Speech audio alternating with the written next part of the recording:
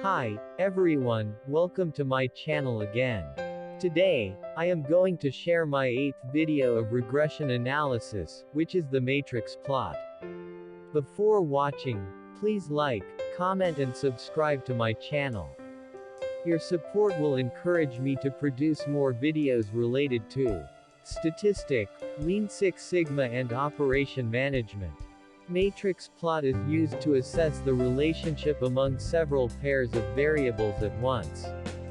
How matrix plot differences from scatter plot. Use scatter plot to investigate the relationship between a pair of continuous variables. A scatter plot displays ordered pairs of x and y variables in a coordinate plane.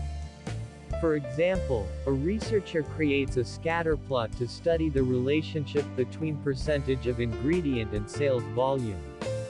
On the other hand, use matrix plot to assess the relationships between several pairs of variables at once. For example, a business analyst creates a matrix plots to explore the relationships between several predictor variables. The plot shows every combination of sales and order against cost. There are three purposes of matrix plot. Firstly, to identify pairs of variables that are highly correlated.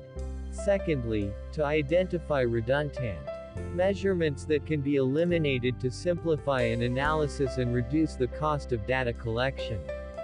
Lastly, to identify predictors that are highly correlated before performing a regression analysis.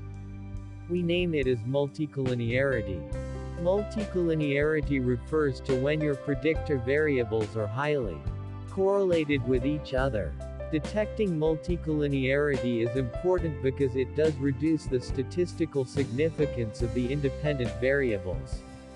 There are two key elements when analyze the matrix plot. Firstly, look for whether the relationship between variables is positive, negative, or little or no relationship.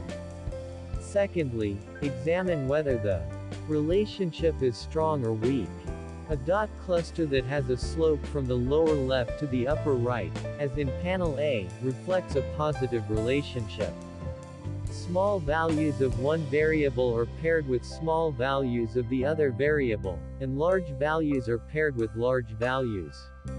On the other hand, a dot cluster that has a slope from the upper left to the lower right, as in panel B, reflects a negative relationship.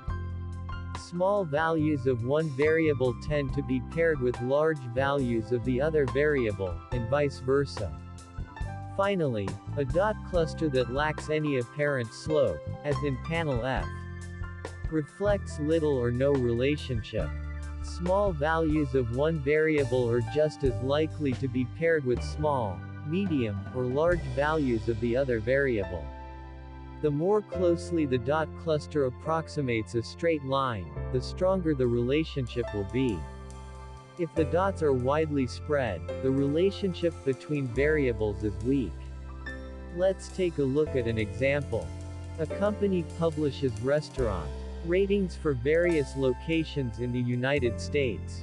The survey data contains the rating for food, decor, service, and the price per person for a sample of 50 restaurants located in an urban area, New York City, and 50 restaurants located in a suburban area, Long Island. Let's plot the matrix plot using Minitab software.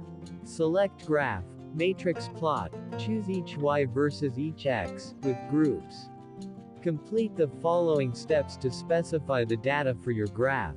Select price per person under Y variable. Select food, decor and service under X variables. Put location under categorical variable.